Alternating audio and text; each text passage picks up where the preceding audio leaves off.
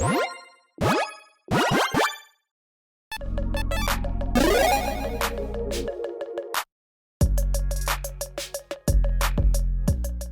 everyone, Mitch coming in for the Bears Core Studio. Welcome to the show. So on today's episode, I've got an Omega level commander for you. Now you might be thinking, Mitch, well, what exactly is an Omega level commander? And I'm going to tell you right now, actually. It's a commander that is a massive threat and incredibly powerful. And yeah, this one definitely is. Let me introduce you to Omnath, Locus of All. That's right, the giant jelly bean is back for its potentially final iteration. We shall see. We had the, monocolor, then 2, 3, 4, and this is 5 color with a twist because this is Phyrexian Omnath. So, yeah, this is quite the powerful commander. This is a commander that has a ton of potential, and it can be built in a really fun way. So, let's talk about the commander, what it does first.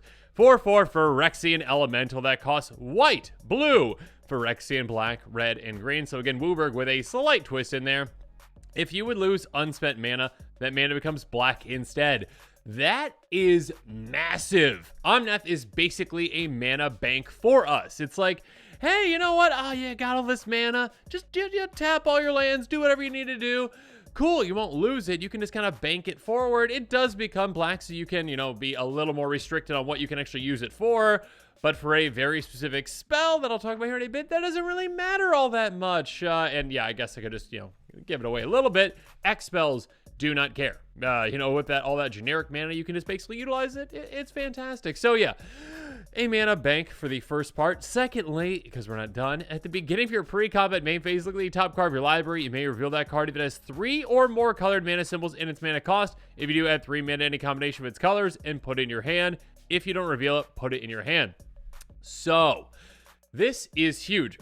Basically, to start off, even without having to reveal the card or whatever, yeah, this is just card advantage. This is just straight up card advantage. It's like, hey, yeah, you just basically get to draw a card every single one of your pre-combat main phases. So yeah, an initial card each turn. It's not technically a draw. It's, look at the top on your hand regardless. Also, it does basically say, you know what? Hey, if this is 3 or more, not even 3 or more colors, it has 3 or more colored mana symbols in it. Slight distinction there. Yeah, you get free mana. So again, which, goes into the banking and, which, you can obviously use on that same turn to cast either that spell or other spells as well. But yeah, being able to bank up a ton of mana gives you a ton of potential for a lot of things. And one very specific thing that I want to bring up right after I mention that if you are interested in this deck, we'll make sure you check out that deck list link in the description below. Again, a quick reminder that every single card in this deck, actually including the commander, is less than $1. So it's an incredibly budget-friendly deck. According to Moxfield, just $23.12, and you might be able to save even more than that by buying this on TCG Player and utilizing heavily played and damaged cards, which of course need a home too. I will keep in mind that doesn't include the cost of shipping, and also basic lands are included in there, but you might already have those basics, or you can get them from your LGS, etc., etc. Now, all that said, let's jump into the tactics again. I'm going to be bringing through tactics to show you how this deck works and how we win with it. And first up, we're going to start off with, wait for his bobble. We'll get to here in a little bit maybe, but yeah. We're going to start with the golden pig of this deck because this entire deck revolves around one card, and we've got to talk about it first. And the golden pig for this deck is Villainous Wealth. Villainous Wealth is the #1 card out of 99 because, well, I love this card. It is a fantastic win condition and a really fun card to build an entire deck around. Sorcery for X, black, green, blue. Target opponents exiles the top X cards of their library. You may cast any number of spells with converted mana cost X less among them without paying their mana cost. Basically, put a ton of mana into this X and then say, you know what? Let's look at the top of your library. Let's basically cast essentially everything I grab for free.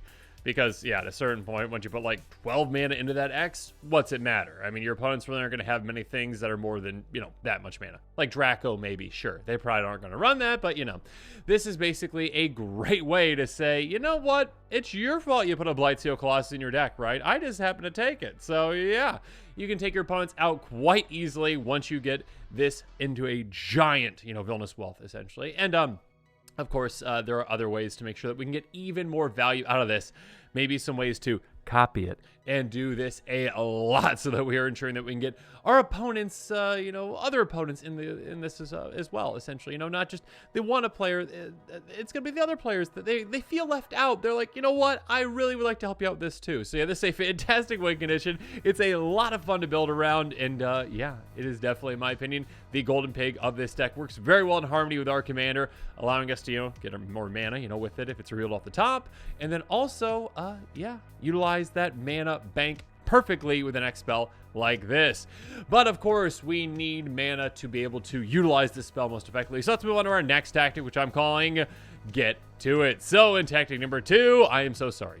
First up, there's Wayfarer's Bauble. I'm sorry, Wayfarer's Bauble. I had to wait for tactic number 2 because I had to talk about the golden pig. Will you forgive me?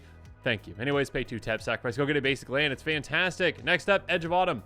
Basically a rampant growth, but only if you've got 4 or fewer lands. And you could also, sacrifice a land to cycle it away if you need to. So a great card later in the game as well. Speaking of rampant growth, yeah, go get a basic and play tap for 2 mana. What's not to love? So Kurt Tri-Builder, basically rampant growth, but on a body. Sorry, Steve, you're not going to stay around for long. We're going to be sacrificing you. Moving on, we've got Cultivate. 1 basic in your hand, 1 to play tapped. What's not to love about that? Then we've got Grow from the Ashes. Pay 2 extra to kick it. Get 2 basics into play untapped, so you can utilize that mana right away. That is fantastic. And if you don't kick it, do the same, but with 1. Moving on, we've got Harrow. Sacrifice 1 land, go get 2 into play untapped. 2 basics, that is. And then we've got Roiling Regrowth, basically exact same thing, except unfortunately they come to play tapped, but still a great way to fix our mana. Moving on, Search for Tomorrow. Another turn 3 play potentially, or even a turn 1 play. Spend 2 for a single green mana. A great way to start the game off. Go get a basic to play on tap when we do get to cast it. Moving on, a new battle card. Yeah, Invasion of Zendikar is a great one. ETBs, go get 2 basics to play tapped. Basically an explosive vegetation. Also, it's got 3 defense counters on it. Once you take those off, hey, Awakened Skyclave. It's basically a mana dork that can tap. That's nice as well. Then we've got Migration Path. Yet another basically explosive vegetation, but better because we can cycle it away for 2. And then we've got Vastwood Surge. Sure, yet another explosive vegetation. Kick it, get some counters on your creatures as well. The main thing though is, hey, let's ramp quickly, let's ramp efficiently, let's ramp effectively. So we're also gonna be running this as renewal. Go get 3 basics and play tapped and gain 7 life as well. I will say that with many of these ramp spells as well, the bigger ones especially can be great to copy, like I mentioned earlier with Villainous Wealth. We'll talk about the ways to copy spells here in a bit though. Next up, we got Verdant Mastery. You can cast this one for 6 or 4. If you cast it for 6, you're getting the most value out of it. 2 basics into play, tap, 2 into your hand. If you just cast it for 4, you're going to get 2 basics into play tapped, 1 into play under opponent's control, and then 1 in your hand as well. So basically 4 lands regardless, just one of them will go to an opponent's control if you don't pay the full mana for it. And then finally, well, not finally actually, finally comes to ramping, we've got Clarion Ultimatum. Might seem like a very weird card, one that seems basically no play in Commander for a reason. Choose 5 permanents you control. For each of those permanents, you may search your library for a card with the same name as that permanent. Put those cards to battlefield, tap, then shuffle your library. Yeah, this is basically useless in a singleton format, right? Except, hey, we have a 5-color deck, and we're running a lot of basics, so there you go. If you've got one of each of the basics in play, you're ramping 5 with this card. And again, keep in mind, this does, obviously count towards our commanders, hey, 3 or more colored mana symbols if this real at the top. So there you go. And then finally, Treacherous Terrain. Now, this card won't ramp us, but it can help us fix our mana, basically in cycling for 2, which is great early on in the game. Or this can be a backup win condition for us if basically like Villainous Wealth gets dealt with or whatnot, and we can't get it back, maybe it gets exiled or something like that. Hey, Treacherous Terrain can actually do the work for us. Deals damage to each opponent equal to the number of lands they control. Yeah, the longer the game goes, the more lands they're going to control. And yeah, again, like I mentioned earlier, we've got ways to copy this. And if we copy it enough times, well, our opponents are burning it to the ground. Now, you might be thinking that we were done with mana, but we're not quite just yet. Let's move on to tactic number 3, which I'm calling So Much Mana. Gratuitous amounts of mana. Well, the name is So Much Mana, but yeah, the gratuitous amounts of mana. Here we go. Frontier Siege is a great card. I love this one. When ATBs, we're going to choose cons. Sorry, dragons. At the beginning of each of your main phases, add green. This card is incredible. First up, on the turn that you play it, if you play it in your first main phase, you're getting 2 that mana back right away in your second main phase. Nice. Then your next turn, you just keep getting basically, 4 mana, across 2 different turns, or 2 different main phases, 2 different phases. There we go. But yeah, basically being able to just kind of generate free mana for you throughout the game. And again, your commander can bank that mana. So that is absolutely incredible. Moving on. This is a bit tricky, and I love it. Titan's Nest. Titan's Nest says, beginning of your upkeep, look at the top card of your library, put that card in your graveyard. You don't need it? Great, sure, put it in your graveyard. It's kind of like, surveilling essentially. Also on top of that, exile a card from your graveyard, add colorless. Now you can only spend this mana to cast a colored spell without X at its mana cost.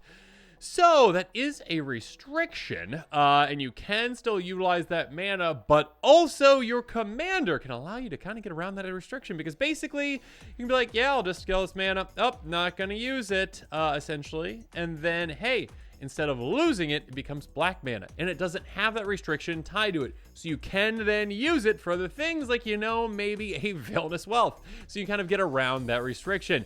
In a similar way, we've got Lord of the Forsaken.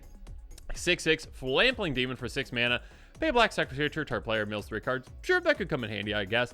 Pay 1 life, add colorless. Okay. But also spend this mana only cast a spell from your graveyard. Oh, okay, so again, there is that restriction. There are certain spells that we can cast from our graveyard, but again, Omnath can help us get around that restriction because, hey, we just, pay 1 life, we got a colorless. We do it again and again and again. Oh no, I don't have any spells I can cast from my graveyard. I just waste all that mana. It changes into black, it loses that restriction, and then we can utilize it for something again like Villainous Wealth. So again, this is basically to say, pay 1 life for 1 mana, have fun with that. So yeah, it does take some setup to actually get it working, but absolutely incredible when it does. Speaking of incredible, moving on, let's go on to tactic number 4, which I'm calling Digging for Gold, because we have to get to our incredible Golden Pig. And to do that, well, we've got some incredible spells, like, Diviner's Portent. A great X spell, X blue, blue, blue, and yeah, again, 3 colored mana symbols in that cost, so Omnath likes that a lot. Roll a d20 to add the number of cards in your hand. 1 through 14, draw X. 15 plus, scry X, draw X. Yeah, if we hit that 15 plus, that's incredible. Regardless, just drawing a ton of cards at instant speed can be great. And again, yeah, we've got a lot of ramp in this stack. And of course, with our commander, thank you for banking that mana for us. We can dump a lot of mana into this. Next up, our opponents can actually help us out as well. Hey, look, thanks opponents. Even the score, X, blue, blue, blue. So again, 3 colored mana symbols, but it also can cost 3 less to cast if it has drawn 4 more cards this turn. So yeah, basically all those blue mana symbols go away in the cost if an opponent draws some cards. And yeah, we just basically get to save 3 mana and draw a ton of cards ourselves. A fantastic card. Next up, we've got Sphinx's Revelation. Again, 3 colored mana symbols in the cost, X, white, blue, blue. Gain Life, draw X cards, a great way to pad our life total and dig down into our deck. Next up, we've got Sultai Ascendancy. Enchantment at the beginning of your upkeep. Look top 2 cards of your library, and end up in your graveyard, and the rest on top of your library in any order. Again, there's certain things that we care about getting to our graveyard. And yeah, just being able to kind of filter the top of our library can be very nice for us. Next up, though, this is a really heavy hitter in a deck like this. Whirlwind of Thought. 1 blue, red, white. Again, lots of cards in this deck. Meet that requirement for our commander. This is an enchantment that says whenever you cast a non-creature spell, draw a card. We've got an absurd amount of non-creature spells in this stack. We're going to be drawing a ton of cards with this. Speaking of a ton of cards, finally, Inspired Ultimatum, another ultimatum that we're going to utilize. Target player gains 5 life. Inspired Ultimatum deals 5 damage to any target. Then you draw 5 cards. Oh my goodness. Okay. 5 life. That's nice. 5 damage. Taking out probably the vast majority of creatures out there are planeswalkers. So yeah, we can take out, whatever we need to take out, or just hit someone in the face if we really need to. Draw 5. Yeah, that's great. A ton of cards drawn. And on top of that, again, keep in mind, hey, yeah, you can copy this with other effects and maybe even a lot of effects. So you can actually take a player out with that damage. You can draw an absurd amount of cards with this. So make sure you keep that in mind. Now, moving on though. Yes, we've got ways to dig down into our deck, but in tactic number 5, we're going to talk about getting the gold ways to specifically go get Villainous Wealth or whatever else we might need. But yeah, mostly Villainous Wealth. So first up, we got Perplex, which is a great counter spell. Counter target spell, this controller discards their hand. That is a huge cost for an opponent to do most of the time, so they're probably not going to do that. Or we can transmute it away, basically pay that cost, discard it, and go get any card in our library that costs 3 mana exactly. Like, Villainous Wealth, that X costs for nothing. So yeah, there you go. Go get Villainous Wealth, get it in your hand, and yeah, have some fun. Moving on, we've got a very simple tutor, Dialogue Tutor. Go get any card, get it in your hand. Next up, Begin the Invasion. Now, this is a spicy one, because yes, it does meet our commander's requirement or whatever, for the extra mana that we get from it. X Wooburg. Search library for X battle cards with different names for the battlefield, then shuffle. So we've already talked about one battle. We are running another one that is incredible in this deck as well that we're going to see here in a little bit. Yeah, being able to get them into play is kind of a roundabout way I'll tell you about getting Villainous Wealth. I don't want to spoil it too much, but here we go. Moving on, Bring to Light. Search your library for a creature, instant, sorcery card. Converted mana cost less than or equal to the number of colors of mana spent to cast this. Exile it, check your library. Then you can cast it paying its mana cost. Basically, hey, we've got a 5-color deck. We can easily put 5 into this. Basically, you'll get any creature, instant or sorcery, 5 or less. Cast it for free. That counts other instant sorceries, maybe like Diabolic Tutor. Even if we actually just need to go tutor for our Villainous Wealth, we can basically tutor for a tutor if we need to do that, or get something else. It's a very flexible card that can upset in a lot of scenarios. One that we just want to dump a ton of mana into, though, is Diabolic Revelation. X3, black. Again, we've got a ton of ways to make a ton of mana. Hey, go get X cards, put them in your hand, then shuffle. Yeah, just dump a ton of mana into this. Go get the exact things that you need. Next up, Final Parting. Go get 2 cards. One goes in your hand, one goes in your graveyard. Like I mentioned earlier, there's certain cards that actually want to be in our graveyard. We'll talk about those here in a little bit. But yeah, getting a card in your graveyard can actually be a great thing as well. And then, yeah, like I mentioned earlier, hey, battle. This is the other battle we can search for. Vashar Arcavios enters the battlefield. Search your library, graveyard, and or outside the game for an instant sorcery card you own. Reveal up in your hand. Search your library this way. Shuffle. Yep. Going to go get Villainous Wealth, most likely. So there you go. A great way to go get it. And it does have 7 defense counters. When you get rid of those, hey, Invocation of the Founders. Whenever you cast it, source spell from your hand, you may copy that spell, choose targets for the copy. This is our first card we're going to talk about when it comes to copying spells. Again, we've got a ton of instant sorceries in this deck. When we cast them, we're going to copy them for free with this in play. And yeah, that counts Villainous Wealth, which is going to be lovely. So much value, so much fun. Moving on, supply and demand. Got a split card. I almost forgot about the name right there. This is actually technically another way you could win if you really want to, with supply. Make a lot of tokens. The next card. Cool, nice. But demand is going to let you go get a multicolored spell from your library in your hand. Like, Villainous Wealth, or whatever other card you might need in the situation.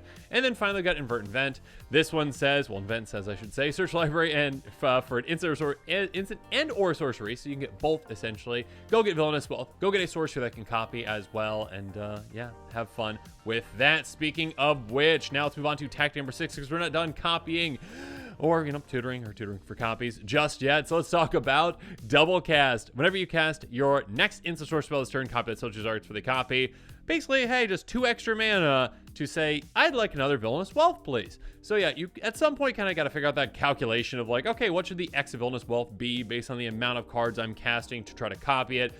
Yeah, there's some math in there, but you can just kind of wing it sometimes too, or you just have an absurd amount of mana where it doesn't even matter again, thanks to your commander allowing you to bank mana. So yeah, cards like this can be incredible. Next up, Increasing Vengeance. Copies in a bit of a different way. Copy target instant source spell you control. Also is cast from the graveyard. Copy it twice instead.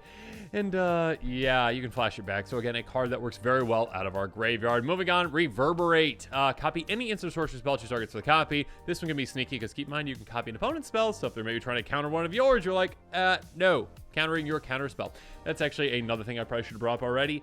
Copying your Villainous Wealth is a great way to say, hey, opponents, I really don't care that you're trying to counter it because I made 5 copies of it and you're not going to be able to stop all of them.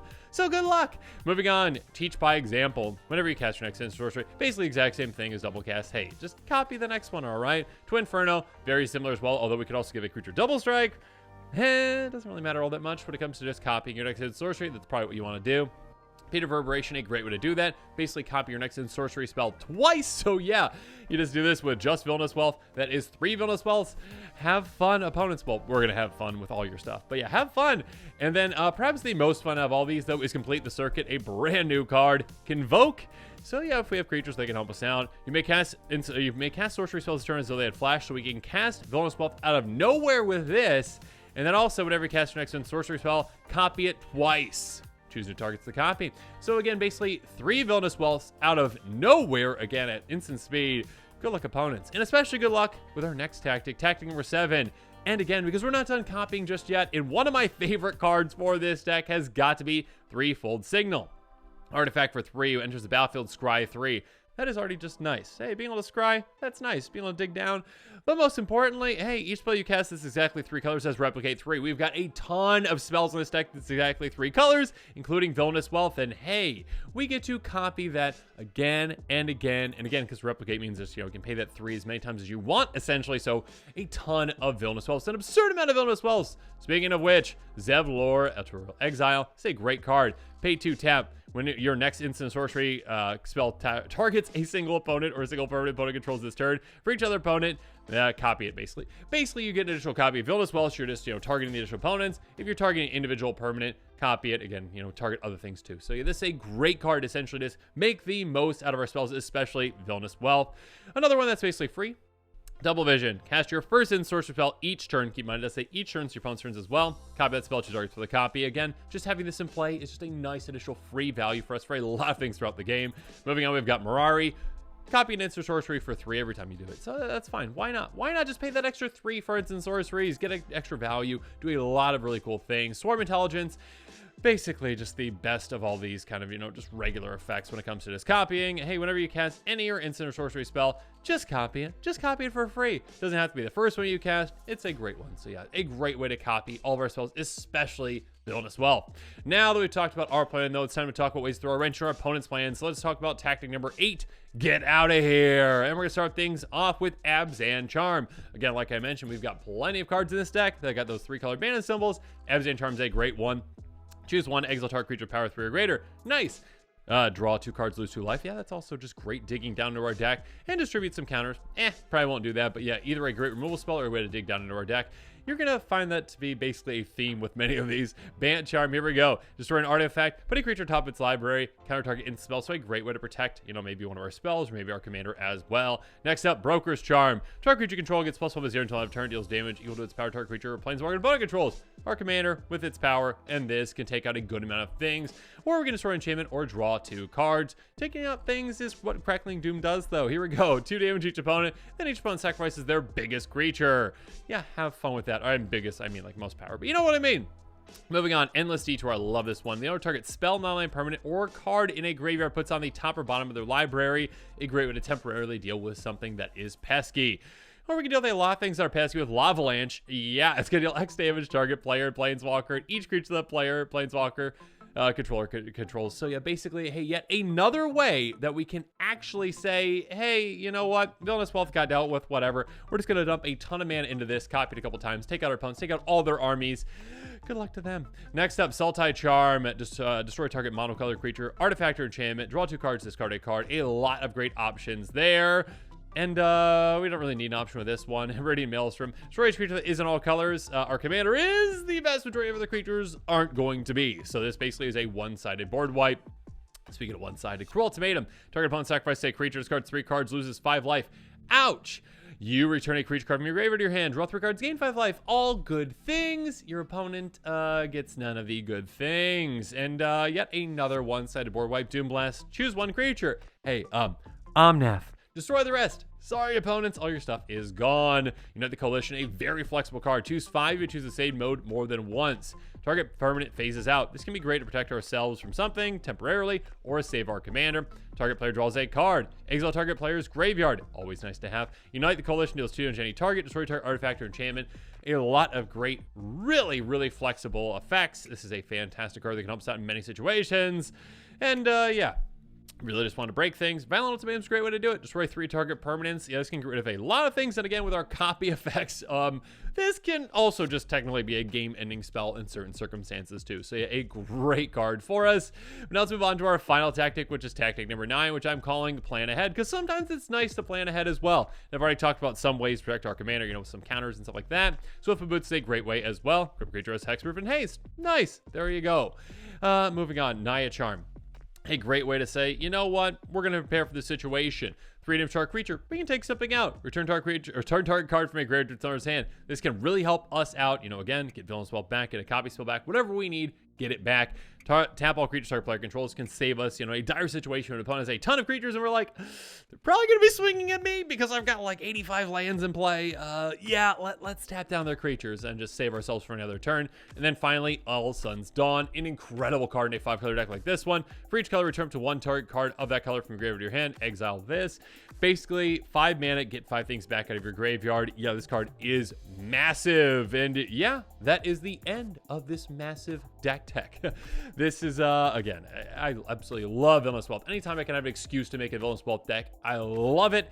And Omnath is the perfect commander for it because, hey, a mana bank that also just gives you card advantage and also gives you mana too. Yeah, it's a great one. And yeah, I hope you enjoyed this. If you do enjoy this deck and you're, thinking about picking it up, Make sure you check out that card list link in the description below. Comment below with your thoughts on this deck. And of course, as always, thanks again and have a good one. This show and episodes like this one are possible thanks to viewers like you. If you're looking for an easy way to help support this show, make sure that you like, share, and subscribe. Also, hit that bell notification icon so you don't miss any new episodes. You can also go check out our playmats and other merchandise at thecommandersquarters.com. We also have a ton of brand new t-shirt designs in stock, so make sure you check out those as well. Another easy way to support this show is with our TCG player affiliate links. So whether you're buying a deck or individual cards, you can use this general link right here or one in the description. And the final way that you can support this show is by supporting us directly by becoming a patron. There are many benefits to being a patron, and I truly couldn't do this without all of their support.